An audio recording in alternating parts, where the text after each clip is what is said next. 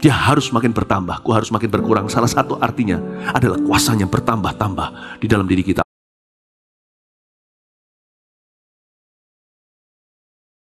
Mungkin kalian melihat hanya wajah-wajah saja dan menginspirasi kalian. Saya kenal beberapa orang-orang seperti ini waktu saya ke China. Saya bicara semeja dengan hamba Tuhan yang memimpin 2,5 juta jemaat. Ada yang 200.000 sekian. Ada seorang orang Kristen anak Tuhan yang dipenjarakan. By the way, sekarang di China sudah tidak bisa ada sekolah minggu. AOG kayak gini udah nggak diperbolehkan lagi. Kalau kalian belum umur 17 katakan, kalian tidak boleh ke gereja. Dan juga Alkitab sudah mulai dilarang. Dari dulu sih, tapi paling tidak masih ada cetakan di sana. Bagi gereja pemerintah sekarang sama sekali sedang diarahkan menuju kepada sebuah law, hukum untuk melarang Alkitab sama sekali di China. Jadi orang Kristen bakal sekarang aja banyak yang nggak punya Bible, nanti apalagi. Dan Alkitab akan dicetak, ini rencananya, oleh pemerintah. Isinya diubah di dalamnya. Berbahagialah mereka yang pegang fisiknya, the Bible. Karena kalau pakai app, udah banyak yang tidak sama dengan aslinya. Semua pelajaran pengajaran yang bagi mereka tidak menguntungkan negara akan dihapus dan diganti dengan cerita yang lain. Jadi your Bible is no longer the Bible. Karena itu kita harus memberitakan Injil, baik nggak baik waktunya. Justru sekarang ini Indonesia, puji Tuhan, masih mengalami kebebasan untuk hidup beragama. Justru ini kesempatan untuk kita, nggak boleh lengah. Anak-anak muda apalagi, ini waktunya dilengkapi. Jangankan jauh-jauh, Singapura udah mulai melarang pembicara luar negeri masuk ke situ berbicara, berkhotbah. Karena itu orang lokalnya harus bangkit. What if your apostles they die? Bagaimana jikalau Yakobus dipenggal, Petrus dipenjara? Untung ada Stefanus, padahal Stefanus itu cuma bagian di depan resepsi gereja atau jaga booth di sana untuk retreat pendaftaran. Tapi dia khusus untuk bagi-bagikan roti ke janda-janda. Tapi wajahnya bersinar. Penuh hikmat, artinya hidupnya itu bijaksana. Dan perkataannya berbobot sekali. Dan ketika dia tumpang tangan, sesuatu terjadi. Banyak orang disembuhkan lewat pelayanannya. Banyak orang diselamatkan. Waktunya, musim silih berganti. Ada kawin, ada mati. Sebentar kita ke kondangan, sebentar ke maesongan. Dan juga ada ujian UNAS, lalu kembali liburan, lalu hari raya, lalu setelah itu kembali kuliah. Silih berganti, tapi Tuhan udah mau datang. Dan semakin susah hidup jadi orang Kristen di dunia. Karena itu kalian harus dilengkapi dengan urapan. Tidak boleh hanya 12 rasul kurang 1 Yudas Iskariot saat itu. Yang diurapi harus jemaat. Ini bukan waktunya main-main. Di China anak muda sudah nggak boleh masuk ke church. Sekarang saya ketemu kalian. Nanti 2 minggu lagi saya sudah berada di Tainan. Lalu saya akan berkhotbah di Taiwan. Lalu berkhotbah di Seoul kepada orang-orang Korea. Dan ini waktunya anak-anak muda bangkit. Saya mau bangkitkan anak-anak muda untuk mengerti panggilan mereka di seluruh dunia. Minimal di Asia. And I have to speak to you. Out of all the young people in the whole world, you I love the most. Dari semua anak muda di seluruh dunia, kalian yang paling saya cinta. Kenapa? Lagi mana? Kita hujan bareng, badai bareng, kering bareng, disetrap bareng, di lapangan bareng. Kemarin FKA Kuyup bersama-sama. Kita ini teman seperjuangan. Visi yang kita bawa ini, yang ditelurkan di sini, yang bermarkas di sini, di Indonesia, Surabaya, dan seluruh Indonesia, Army of God, visi Gereja Mawar Sharon, it's our vision. Sebelum sampai ke bangsa-bangsa, visi ini namanya keluarga. We are family first, before we are missionaries. Kita adalah keluarga dulu, sebelum kita adalah misionaris-misionaris Allah. Kalian harus bangkit.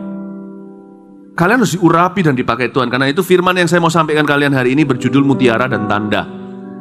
Semoga firman ini melengkapi kalian dan mentransferkan sesuatu dari Roh Kudus ke kalian.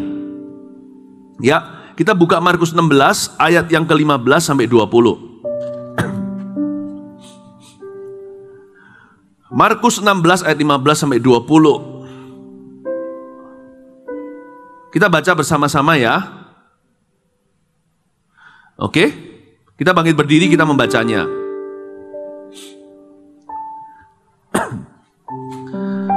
Udah ketemu? Makanya kalau ke gereja bawa Alkitab ya, jangan bawa HP-nya aja. Jangan bawa HP-nya aja. Lain lah, saya punya Alkitab cuma 2 sekarang. Yang ini adalah My Preaching Bible, sudah ganti covernya, dikasih dibikinin Pustaka Raja Wali. Satu lagi sekarang masih sedang di-tailor, masih dibikinkan. Jadi Alkitab saya yang lebih penting dari ini is My Prophetic Bible, My Study Bible. Alkitab 1 itu sekarang lagi dibikinkan covernya karena udah hancur seperti yang ini juga. Saya cuma punya 2 ini cukup sih, saya sudah bisa keliling kemana-mana dunia. Yang lainnya itu tambahan, saya sedang baca NLT, New Living Translation, Bible. Inggris saya harus diasah, tinggal di Indonesia lama-lama luntur Inggrisnya. Jadi saya baca bahasa Inggris juga. Nah, setiap tahun saya habis berapa kali Alkitab saya ganti versi-versi yang berikutnya. I love it. Bring your Bible, kids. Ya nak? Bawa Alkitab kalau datang ke gereja. Kayak gini loh. Bawa datang. That's the best position. You know, you have Alkitab. The Bible must be found in your armpit. This is the best place to be and to place your Bible. Why God has created armpits? Kenapa Tuhan ciptakan bagian ini tubuh kita? Supaya taruh Alkitab. Katakan kanan kirinya, you know, sekarang kamu ngerti kan kenapa Tuhan ciptakan armpits? What a sermon, right? Divine purpose for armpits. Kita baca sama. Iya kan? Coba sekarang saya tanya. Setiap anggota tubuh kita dan berguna tanganku kerja buat Tuhan, mulutku puji namanya, kakiku berjalan cari jiwa. Semua ada. Rambut untuk kecantikan atau untuk penampilan. Semuanya ada. This part for what? For this, baby. Come on, kasih tepuk tangan untuk Tuhan Yesus. Jangan semua hal dimodernkan, ada hal-hal tertentu harus kembali ke zaman Kisah Rasul. Jangan beranjak dari situ. Ya, kita baca sama-sama Matius 16:15 sampai 23.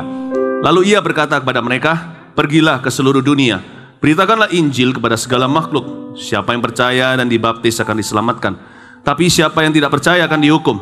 Tanda-tanda ini akan menyertai orang-orang yang percaya. Mereka akan mengusir setan-setan demi namaku. Mereka akan berbicara dalam bahasa-bahasa yang baru bagi mereka. Mereka akan memegang ular, dan sekalipun mereka minum racun maut, mereka tidak akan mendapat celaka. Mereka akan meletakkan tangannya atas orang sakit dan orang itu akan sembuh. Sesudah Tuhan Yesus berbicara demikian pada mereka, terangkatlah ia ke sorga, lalu duduk di sebelah kanan Allah. Mereka pun pergilah memberitakan Injil segala penjuru, dan Tuhan turut bekerja dan meneguhkan firman itu dengan tanda-tanda yang menyertainya. Katakan, ini untuk saya. Amin. Silakan duduk. Mutiara dan tanda ya. Ayat 15. Lalu ia berkata kepada mereka, ini Yesus ngomong begini, pergilah ke seluruh dunia, beritakan Injil kepada segala makhluk. Katakan seluruh dunia. Lalu katakan segala makhluk. Seluruh dunia. Ya. Jangan pilih-pilih tempat. Kalau mau beritakan Injil itu di mana saja. Itu maksudnya seluruh dunia, bukan berarti kita disuruh ke China. Nah, kalau kalian ke China, Eropa, nggak sekolah-sekolah nanti, nggak lulus-lulus. Seluruh dunia itu bukan geografi. Seluruh dunia itu adalah sebuah tempat namanya everywhere or anywhere. Be aware. Makanya where semuanya. Everywhere, di mana saja. Anywhere, di mana saja. Beware, sadarilah. Bisa terjadi di mana aja. Naik Uber, di kantin, makan bakso, sama temannya temannya mama bahkan. Kalau ada kesempatan, kita nggak bisa khotbah kan bisa doakan. Khotbah yang lantang, keras, jelas, tidak bisa dibantah adalah ketika adalah doa yang dijawab oleh Tuhan. Anda bisa beli karcisnya, tiketnya untuk bicara ke kehidupan orang, apalagi yang lebih tua yang nggak suka Anda kuliahin. Kalau doamu dijawab, mereka berkata, tell me, beritahu aku. Waktu dia berkata, tell me, Orang yang lebih tua itu akan mengaku dosa pertama kepadamu. Bahwa selama ini dia memang telat mikir. Makanya perlu Anda bantu, beritahu firman Tuhan kepadanya. Tante, begini loh, Om, Yesus mengasihimu, Tante dan Om tidak bertobat meninggalkan dosa-dosa. Dan betul-betul berserah pada Yesus, tidak akan ada kehidupan dalam kehidupan Tante dan Om. Boom! Itu lebih dari 2 jam khotbah. Can you speak to the bisakah kalian bicara kepada orang yang lebih tua? Ngapain saya teori beritahu kalian? Dalam hidup saya dibuktikan berkali-kali. Mungkin saya lebih tua dari kalian, tapi bagi orang tua saya jauh lebih muda dari mereka. Dan sejak saya umur 18 tahun terima Tuhan, saya sudah bicara kepada om-om, tante-tante. Cuman caranya beda. Sekarang kalau saya pendeta lain. Dulu saya bukan apa-apa, sekarang ya tetap bukan apa-apa sih, cuman ada status gitu aja. Sudah terbukti berkali-kali bisa.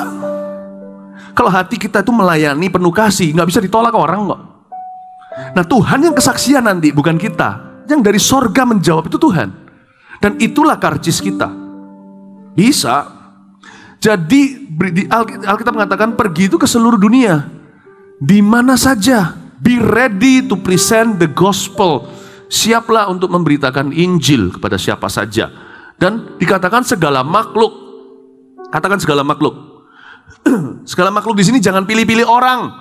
Siapa saja maksudnya. Kalau seluruh dunia itu di mana saja jangan pilih tempat. Kalau segala makhluk itu jangan pilih-pilih orang. Siapa saja, om, tante, atau bahkan orang yang paling kalian gak ingin diselamatkan. Kayak Yunus gitu loh sama Niniwe. Dia benci sama mereka, tapi justru Tuhan pakai Yunus untuk menyelamatkan mereka dari dosa dan maut lewat pemberitaannya. Segala makhluk itu, bahkan orang yang nampaknya seperti binatang, udah tidak mungkin diselamatkan. Rasanya mustahil orang ini berubah. Tuhan bilang, jangan pilih-pilih orang. Segala makhluk berarti siapa saja, kepada siapa saja kau kusuruh, pergi, beritakanlah. Minimal kalian bisa ngomong 3 kata. Jesus loves you. Atau 2 kata bahasa Indonesia. Lebih singkat kan, orang Indonesia lebih gak bertele-tele. Inggris Jesus loves you. Chinese, Yesua ini 4 malah. Indonesia cuma Yesus mengasihimu. 2 kata langsung menusuk. 2 kata langsung masuk. Mungkin gak dituai saat itu, pasti nabur. Saya yakin kata Yesus mengasihimu tidak pernah gagal. Karena kasih gak pernah gagal kan. Yesus mengasihimu itu double kasih loh. Karena Yesus berkata, Allah adalah kasih. Lalu kasih mengasihimu. Dengan kata lain begitu, kasih mengasihimu. Mungkin mereka sekarang they will not thank you. Mereka nggak percaya itu. Tapi suatu hari mereka akan berkata terima kasih. Ketika mereka berkata terima kasih, mereka akan menerima Yesus sebagai Tuhan dan Juru Selamat. Kata Jesus loves you never fails. Kata Yesus mengasihimu tidak pernah gagal. Karena itu double kasih, double portion. Kasih mengasihimu. Love loves you. Segala makhluk ya. Lalu ayat 16, ini ketika mereka akhirnya menerima, siapa yang percaya dan dibaptis akan diselamatkan. Yang negatif tentunya, siapa yang gak percaya akan dihukum. Itu hukum di sana, itu neraka. Tapi bagianmu itu bagian A. Siapa percaya dibaptis akan diselamatkan. Dengan kata lain, pasti ada yang percaya kalau kita tekun membawa berita. Pasti ada. Jangan pernah kita muliakan kegagalan. Itu pun bukan kegagalan, no. Itu hanya nunggu waktu, gak akan kembali sia-sia. Karena firman Tuhan yang muncul dari mulut kita gak akan kembali gitu aja. Mungkin ada di antara kalian yang main aman, antara kita yang main aman. Memang gak pernah gagal sih, karena memang juga gak pernah mencoba. Saya 1000 kali mencoba, gagal 90%, masih ada 100 jiwa yang saya bawa ke Tuhan. I'm proud to be such failure. Dan saya bangga menjadi orang gagal yang seperti itu. Kok ya? Keberhasilan saya cuma 10%. Tetapi 100 orang. Karena itu jangan takut untuk mencoba. Saya kasih 5 mutiara. Siapa yang percaya ini bicara soal mutiara. Ketika mereka ditemukan, itu kayak kita itu seperti orang menemukan harta karun. Seperti orang menemukan berlian, menjual segala yang dia punya untuk dapat sebidang tanah di dalamnya ada harta terpendam. Siapa percaya dan diselamatkan, kata-kata itu membuat hati saya bahagia gitu. Setiap kali saya baca lagi nih, siapa yang percaya dan dibaptis akan diselamatkan, itu rasanya di dalam hati saya tiba-tiba muncul bunga. Kayak berkembang dan semi. Itulah mutiara. Every soul is a pearl. Setiap jiwa itu mutiara. Dan kata mutiara ini mungkin semakin asing karena ini dari sumur lama. Dan saya gali kembali. Ya, 5 mutiara itu coba lihatkan aja ayatnya dulu. Matius 28 ayat 16 sampai 20 saya bacakan, munculkan di depan Matiusnya ya. Matius 28 ayat yang ke 16 sampai 20. Siapkan semua ayat-ayat tambahan multimedia dan saya bacakan aja ya, nanti kalian ikuti. Oke, ini dia. Perintah untuk memberitakan Injil, ini saya kasih sedikit referensi. Dan ke-11 murid itu berangkat ke Galilea, ke bukit yang telah ditunjukkan Yesus kepada mereka. Ketika melihat dia, mereka menyembahnya, tetapi beberapa orang ragu-ragu. Berhenti di sini. Lihat ini. Tuhan memakai a bunch of doubters, bukan daughters. Tuhan memakai sekelompok orang-orang yang bimbang. Mereka seperti kita kan. Mereka bukan superman, mereka bukan superheroes, they are ordinary men, manusia biasa. Dan ketika melihat mereka menyembahnya, tapi beberapa orang ragu-ragu. Sebenarnya lawan katanya ragu-ragu itu bukan percaya loh, lawan katanya ragu-ragu itu menyembah. Karena orang yang menyembah pasti bertambah percaya. Karena ayat berikutnya berkata, ayat 18, Yesus mendekati mereka dan berkata, kepadaku telah diberikan segala kuasa di sorga dan di bumi. Orang yang menyembah Yesus, yang fokusnya ke Yesus, imannya pasti bertambah secara otomatis sendiri. Karena ketika perhatian kita beralih dari diri sendiri, kelebihan maupun kekurangan, dan pada Tuhan dan kemampuannya, kita jadi percaya diri. Kalian ingat gak ayat yang berkata, I can do all things through Christ who strengthens me. Aku dapat melakukan segala perkara dalam Dia yang memberiku kekuatan. Orang yang percaya sama Dia, bahwa Dia itu kuat dan memberi kekuatan, akan percaya diri juga, aku dapat. Orang yang menyembah tidak akan fokus pada dirinya. Tiba-tiba imannya besar.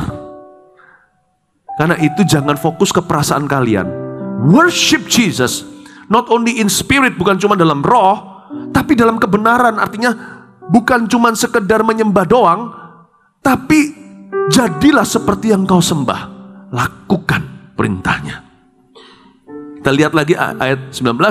Karena itu pergilah, jadikanlah semua bangsa muridku dan baptislah mereka dalam nama Bapa dan Anak dan Roh Kudus. Ada 2 di sini. Jadikan semua bangsa murid, baptis mereka dalam nama Bapa, Putra, Roh Kudus, dan ajarlah mereka melakukan segala sesuatu yang telah kuperintahkan padamu. Masuklah pengajaran, persekutuan, gereja, dan ketahuilah aku menyertai kamu senantiasa sampai kepada akhir zaman. 5 mutiara sebagai berikut. 1, terima Yesus. Dapat ya? Mesti belajar, tulis dulu semua ya. 2, baptis selam. 3, baptis Roh Kudus. 4, CG. 5, AOG. 1, 2 itu loh tadi, jadikan semua bangsa muridku, baptis mereka dalam nama Bapa, Allah, Anak dan Roh Kudus.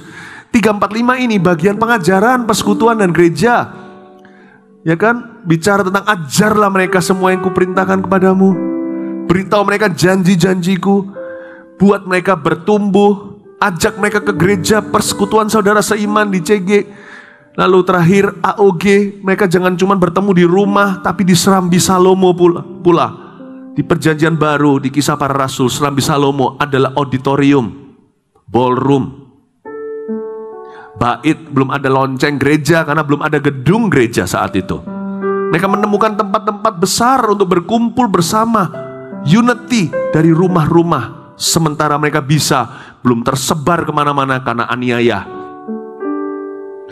Ini dia 5 ini. Nah, kalian pelajari ini maksudnya kalian renungkan baik-baik. Hari-hari ini ya, kalau zaman dulu ini ngomong tentang sumur lama, bukan ajak kalian melihat ke belakang selalu. Tapi saya uji tadi waktu saya masuk ke sini. Di depan kalian lagi menunggu, masih cek sound di sini setengah jam sebelum mulai. Nah, setiap kali saya ketemu sama kalian, saya kasih gini. Sudah, generasi ini agak tidak terbiasa. Ada yang begini lalu, ya, saya padahal minta tos. Lalu ada yang begini lalu saya diginikan. Ada yang begini lalu, saya jadi ikut bingung, mau salam atau mau.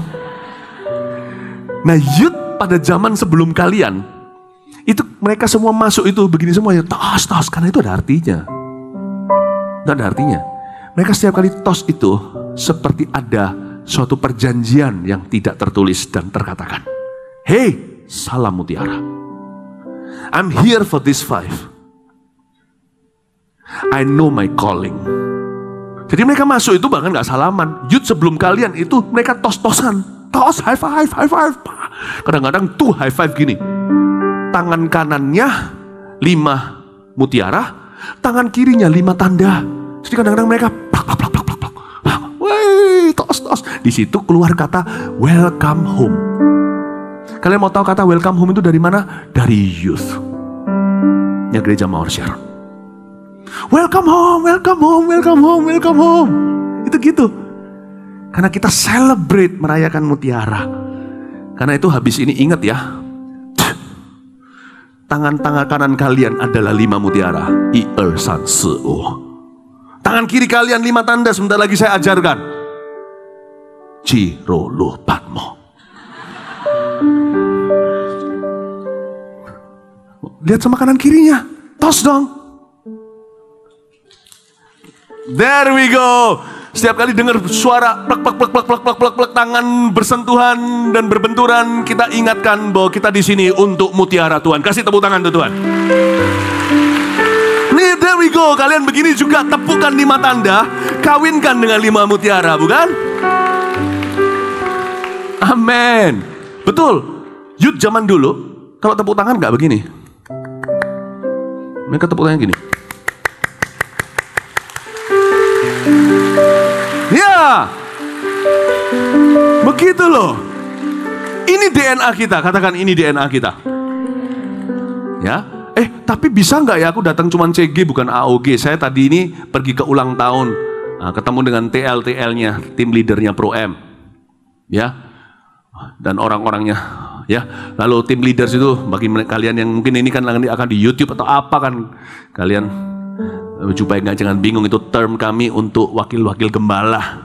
Lagi makan-makan, ketemu nih sama anak-anak AOG, Army of God, youth-nya Mawar Sharon di salah satu restoran. Lalu mereka juga happy birthday to you, happy birthday. Saya doakan. Kalau ketemu di luar-luarnya apa ya? Jangan Philip. Bahasa Chinese-nya itu ziziran ya. Orang sendiri, kita ini orang serumah, nggak boleh di luar sana. Tapi jangan harap saya kenal satu-satu kalian, saya bukan Tuhan. Karena itu kalau kalian yang lebih kenal saya, kenali saya dulu. Bilang, Ko Philip gitu loh. AOG ko gitu loh. Cos ko gitu loh. Mutiara ko ya gitu. Ya biarin mau malu-maluin di depan orang, nggak apa-apa kok gitu loh, yang ramah. Jangan jaim mana AOG ya kan, tadi saya doakan. Tapi juga ada sebagian dari mereka anak AOG juga nggak hadir hari ini, saya sayangkan karena mereka ada acara. Jangan cuma CG. Kalian tahu nggak? AOG itu bukan hari, bukan kalian kalau berkelompok kecil, sel group, di sini namanya connect group. Hari apa? Sabtu ya? Jumat ya, Jumat. Yang disebut AOG itu bukan Jumat. Itu CG. AOG itu Sabtu dan Minggunya ini loh, ini AOG.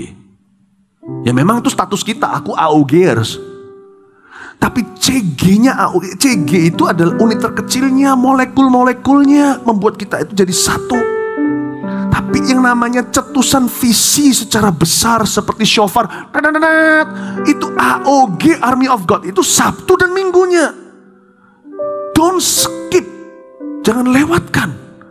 Gak ada tentara yang latihan, lalu dia push up, pull up, latihan menembak, di situ dia menjadi unit. Di sini adalah batalion apa, batalion ini unit apa. Ada unit yang disebutnya dengan bahasa keren, ini unitnya apa namanya, Fox, ini unitnya Tiger atau apa, nggak tahu. Ya baret merah, baret hijau skalanya, itu ada unit-unitnya. Mereka saling kompak, itu nggak bisa pindah-pindah tim. Membelah bisa, tapi nggak bisa sembarang campur baur karena mereka udah kompak. Tapi ketika mereka perang, maka mereka menjadi satu tentara. Disitulah namanya Tentara Nasional Indonesia. Itulah status mereka.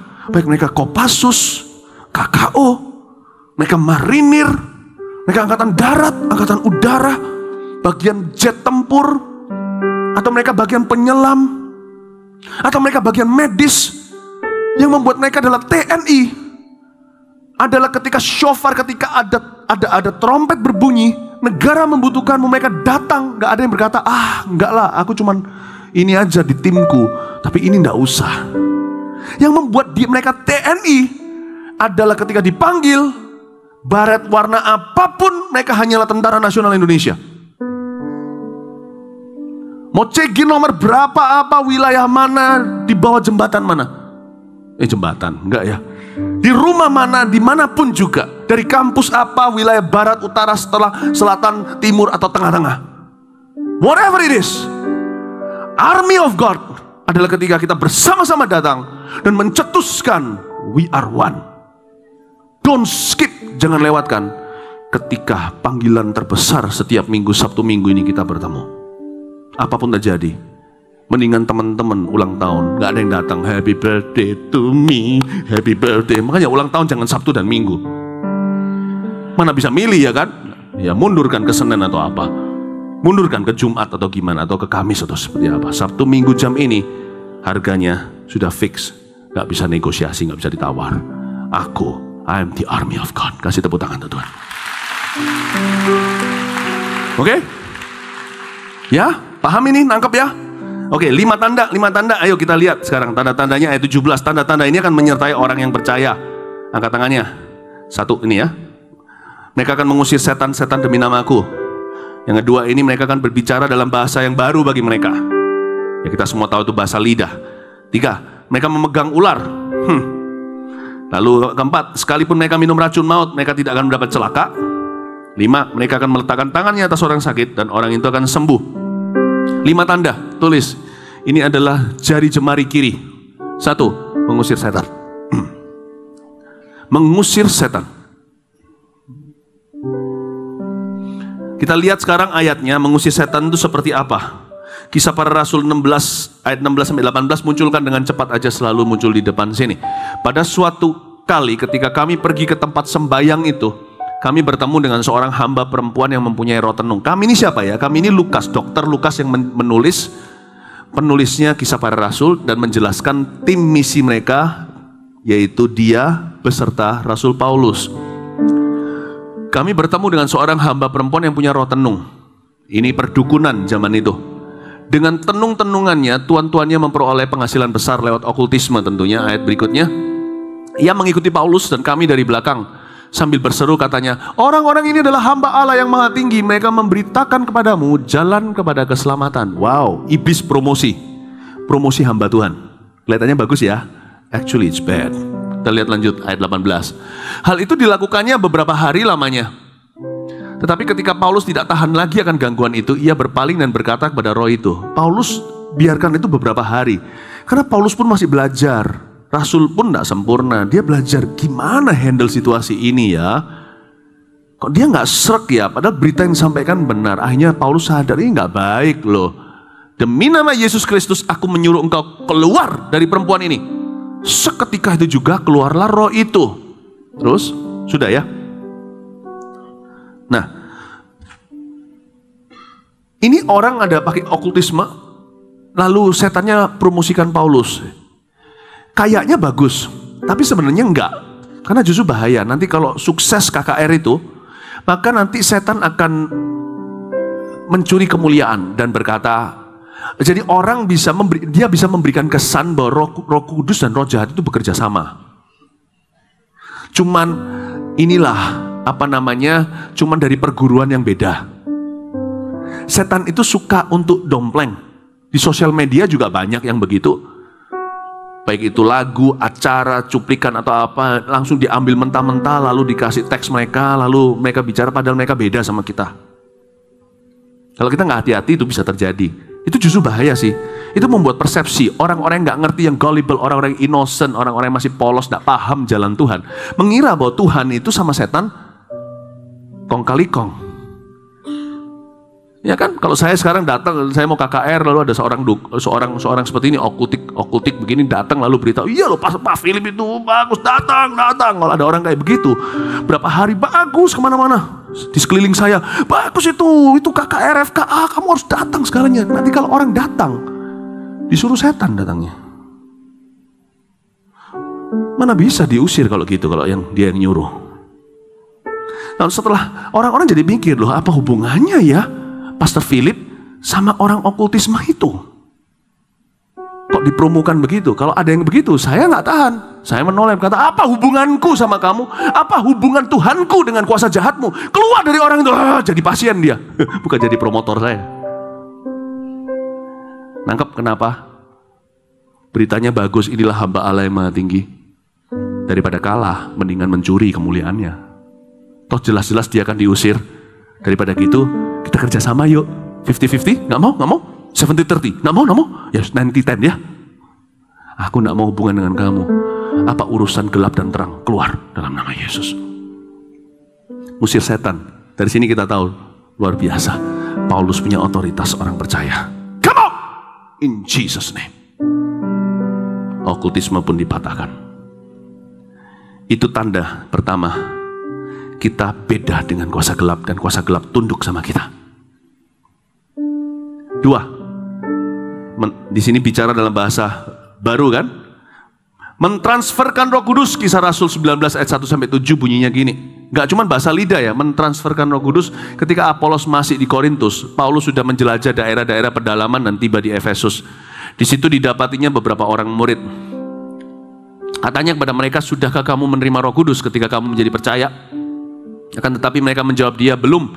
Bahkan kami belum pernah mendengar bahwa ada Roh Kudus. Berarti mereka baru dengar tentang perjanjian lama, belum tahu penggenapan, belum dengar tentang Yesus. Lalu kata Paulus pada mereka, kalau begitu dengan baptisan mana kamu telah dibaptis? Jawab mereka, dengan baptisan Yohanes. Ini bukan baptisan selam atau bukan baptisan selam, bukan metodenya. Ini mereka belum paham pewahyuannya tentang Yesus. Mereka baru sampai Yohanes membaptis, kamu mesti harus lurus, harus ninggalkan dosa-dosamu. Pertobatan beritanya sudah disampaikan, tapi keselamatan intisarinya belum diberitakan. Ya, lanjut. Mereka tahu harus berubah, tapi mereka belum kenal siapa yang bisa mengubah mereka. Hati mereka udah siap, udah gembur, tinggal tunggu berita yang benar. Kata Paulus, baptisan Yohanes adalah pembaptisan orang yang telah bertobat. Ini belum sampai ke keselamatan, belum sampai ke Yesusnya.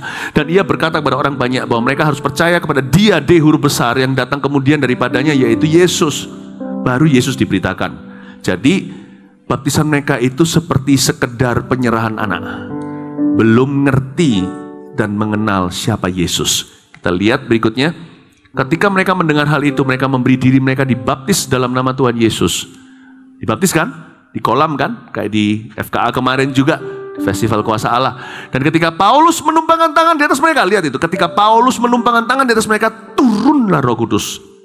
Kapan? Waktu Paulus tumpang tangan. Waktu kena, boom, Roh Kudus turun. Dan mulailah mereka berkata-kata dalam bahasa roh dan bernubuat. Lihat jumlahnya mereka, ayat 7, jumlah mereka hanya 12 orang. Tapi sejarah mencatat sampai penggembalaan Timotius, 60.000 jemaat di Efesus. Semua dimulai dari 12 ini. Mengalami kepenuhan Roh Kudus. Lalu itu menjadi kebiasaan mereka. Tumpang tangan terjadi pencurahan. Tumpang tangan pencurahan. Dengan demikian Injil tidak bisa dihentikan. Bergulung-gulung seperti bola salju. Hingga 60.000. Zaman itu 60.000 gede banget. Populasi kota gak seperti sekarang juta. Karena populasi dunia belum miliaran seperti hari ini. Yerusalem aja 200.000 populasinya zaman itu. 100.000 anggota gereja mula-mula. Setengah kota itu go to one church. Supaya kalian ngerti the power of the baptism of the Holy Spirit.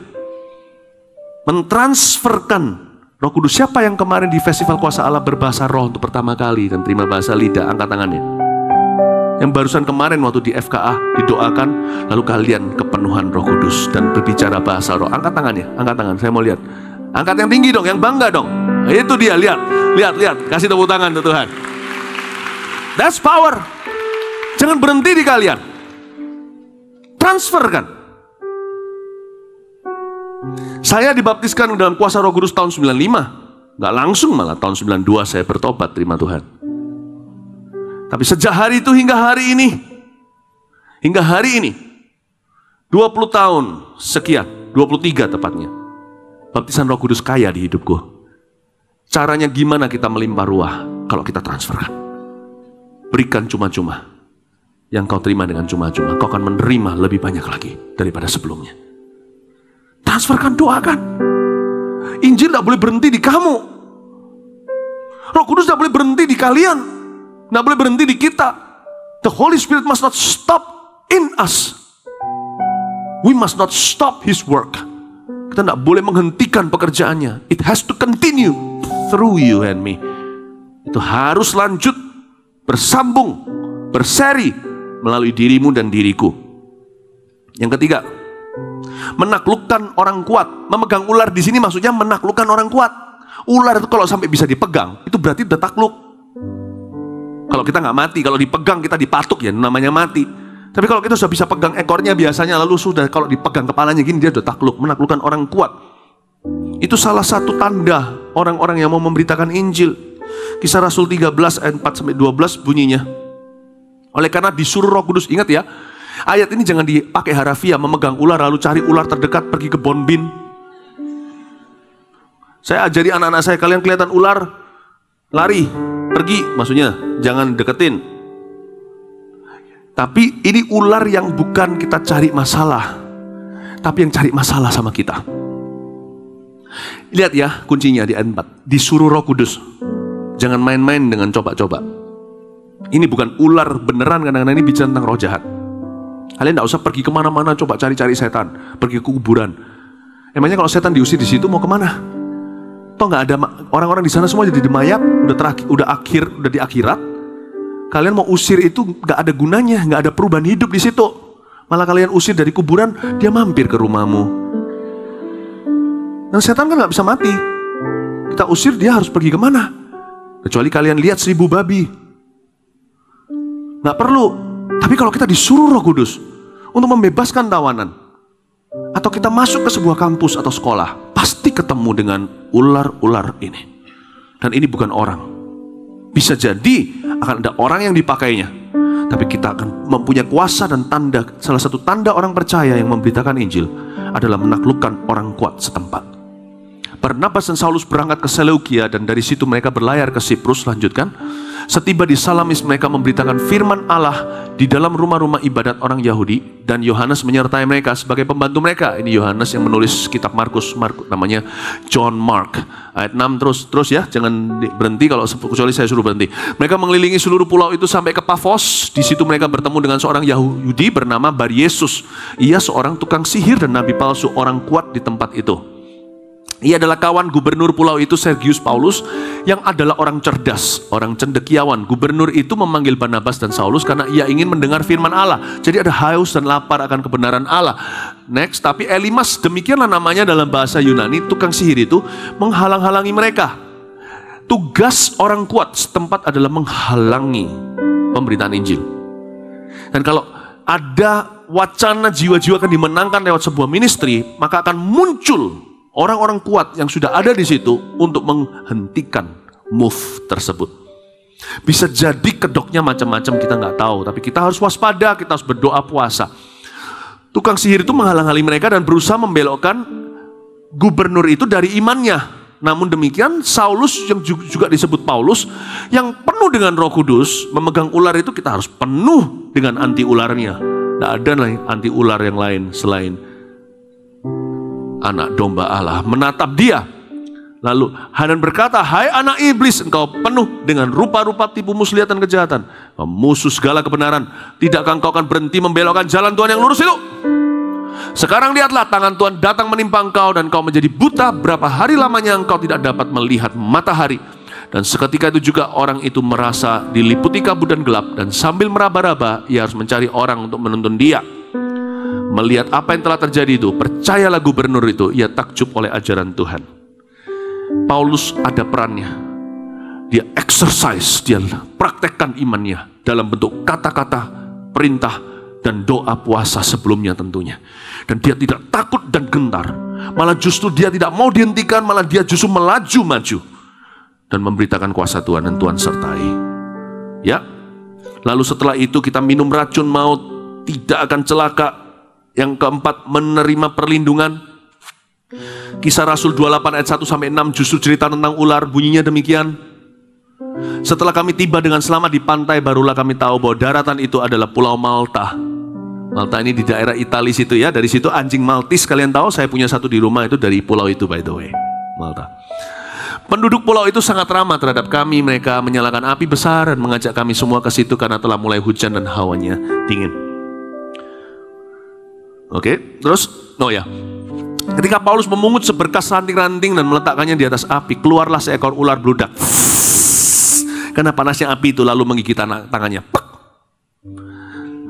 Ketika orang-orang itu melihat ular itu terpaut pada tangan Paulus, mereka berkata seorang pada yang lain. Kan ini barusan kapal karam, Paulus selamat, dia itu mendarat.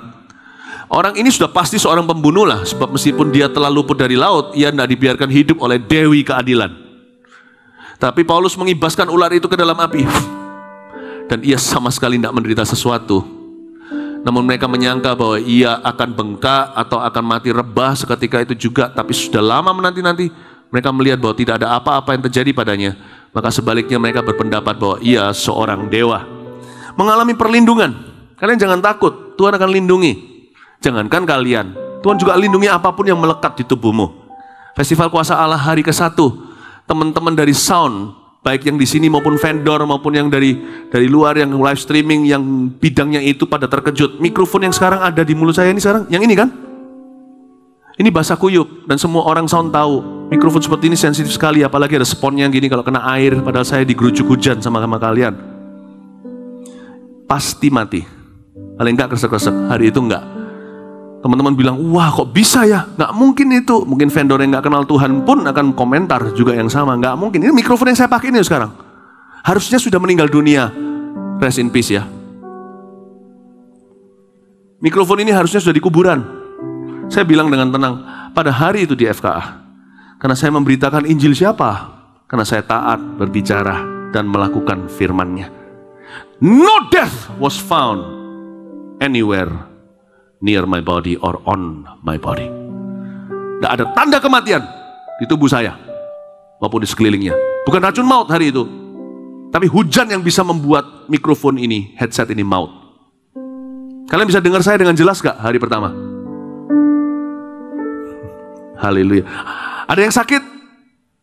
Setahu saya gak ada report ke saya sih yang sakit. Setelah pulang itu haji pun gak ada.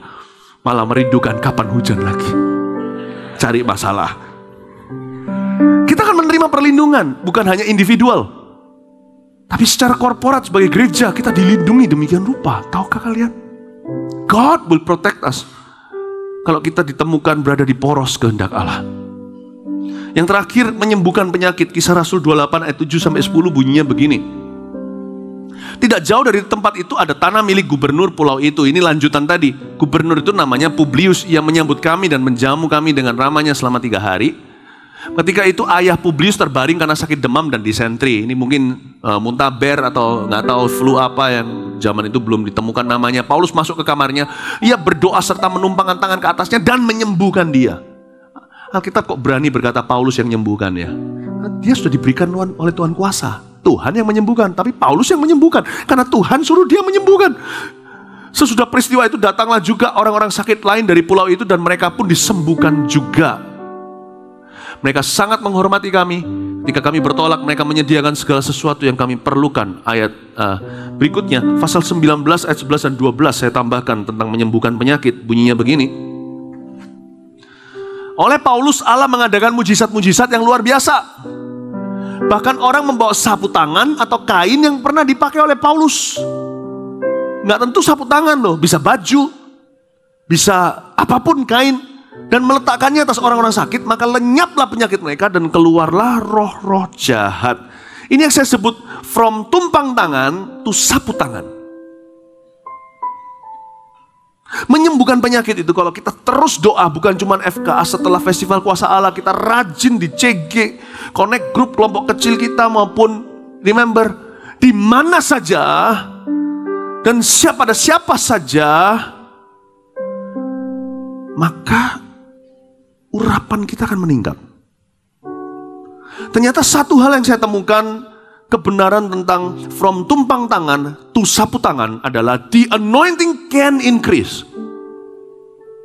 Urapan bisa meningkat, kuasa bisa bertambah. Dia harus makin bertambah, ku harus makin berkurang. Salah satu artinya adalah kuasanya bertambah-tambah di dalam diri kita. Oleh Paulus Allah mengadakan mujizat yang tidak biasa.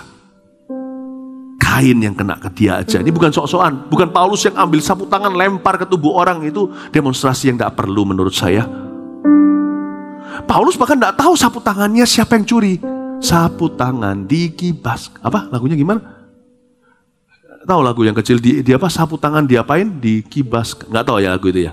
Oh, tahu sekarang yang Baby Shark tahu ya. Sapu tangannya, dia tanya, di mana sapu tanganku? Dia bukan cari-cari itu, orang membawanya, bukan dia yang kasih ke orang lain. Terjadi natural alami, apapun jadi. Seperti Petrus juga mengalami peningkatan itu. Dari berjalan di atas air dengan Yesus hingga bayang-bayangnya menyembuhkan. Ini yang disebut dengan from tumpang tangan to sapu tangan.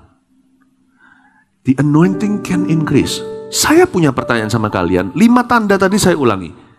Ya, mengusir setan, mentransferkan Roh Kudus, menaklukkan orang-orang kuat, menerima perlindungan, dan menyembuhkan penyakit. Sudah pernah nggak kalian lakukan minimal salah satu ini? Belum pernah? Rindulah untuk menerima. Kan Alkitab katakan, Paulus kan ngomong begini, rindukan karunia, kejarlah. Dengan kata lain, miliki ekspektasi dan damba-dambakan sampai bawa mimpi akan hidupmu dipakai oleh Tuhan. Setiap hari saya mimpikan, gak apa-apa loh asal motivasi kita bersih kasih, bukan untuk sok-sokan diri. Gak apa-apa kita itu berharap dan meminta kuasa. Gak apa-apa kita ekspektasi kalau tumpang tangan sesuatu terjadi. Asal hati kita itu lakukan demi kasih. Dari 5 tadi, mereka akan mengusir setan, berbicara dalam bahasa baru, memegang ular, minum racun maut. Mereka meletakkan tangan, gak akan mendapat celaka maksudnya. Mereka akan meletakkan tangan atas orang sakit, orang itu sembuh. Dari 5 ini, how many have you experienced? Saya ngomong begini bukan untuk sok-sokan, tapi untuk menantang kalian, menginspirasi sekalian. Thank God, I've experienced all 5. Puji Tuhan, saya mengalami kelima-limanya. Saya pernah semuanya. Mungkin sekarang Ko Philip sekarang pelayanannya sudah luas. No, dari sejak umur 18 tahun aku bertobat. I have experienced all 5, baby. Bukan sok-sokan, not for me, for them. Kalian minta. Iya ya, aku belum pernah doain orang untuk kepenuhan Roh Kudus. Kok gak pernah ekspektasi ya? Aku gak pernah doain. Kemarin di Festival Kuasa Allah pertama kali kok aku doain orang lumpuh. Haleluya, dia mendengar. Gak apa-apa, asal kamu sudah mencoba kan. Orang lumpuh ya berjalan, bukan mendengar. Suatu hari kalian akan doakan orang tuli mendengar, orang lumpuh berjalan. Keep on praying. Doakan terus. Kok pertama kali aku mungkin teman-temanku nih, kok yang lagi mengalami manifestasi kesurupan satu sekolah, aku doakan, lepas kok. Iya, aku tahu lepas karena nama Yesus melepaskan. Rindulah untuk mengusir setan. Bukan di kuburan cari tawanan.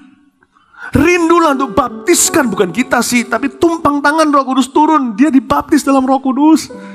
Rindukan mengalami kemuliaan Tuhan. Show me that you are with me. Penyertaan, perlindungan. Rindukan kalian bisa menembus sesuatu yang berabad-abad tertutup. Di kampus sekolah kalian, aku bisa tembus. Aku pertama kali membawa bendera gereja kita untuk bisa ditancap di sana. Bukan untuk gereja kita, tapi Yesus maksudnya. Rindukan untuk menyembuhkan sakit penyakit. Aku doakan. Tahu nggak penyakit pertama yang saya doakan sembuh apa? Sariawan. Teman saya namanya Andrew, saya doain semua hilang. Untung Tuhan tidak hilangkan semua, termasuk bibirnya. Tapi semua yang sakit di bibirnya lenyap semuanya tuh sariawan. Gua nggak tahu tuh flu Singapura kayak apa kayak. Waktu itu saya doakan di Kanada, lenyap semuanya beberapa biji sariawan di bibirnya. Sampai dia buka-buka gini, kok bisa? Dia sendiri nggak percaya, jangankan dia. Saya juga nggak percaya, cuman saya harus sok cool dong. Saya lihat dia, puji Tuhan. Setelah saya tutup pintu keluar, really? Rindukan. Kalian tumpang tangan orang berbahasa lidah. Jangan cuma asal kecege. Bukan kita itu mau khotbah, mau stage, atau mau panggung, dilihat orang spotlight. Bukan. Aku rindu mengubah kehidupan. Karena kalau aku beri cuma-cuma, hidup bukuku pun akan semakin berubah. Amin. Amin. Amin. Mari kita semua berdiri dulu. Kasih tepuk tangan untuk Tuhan Yesus.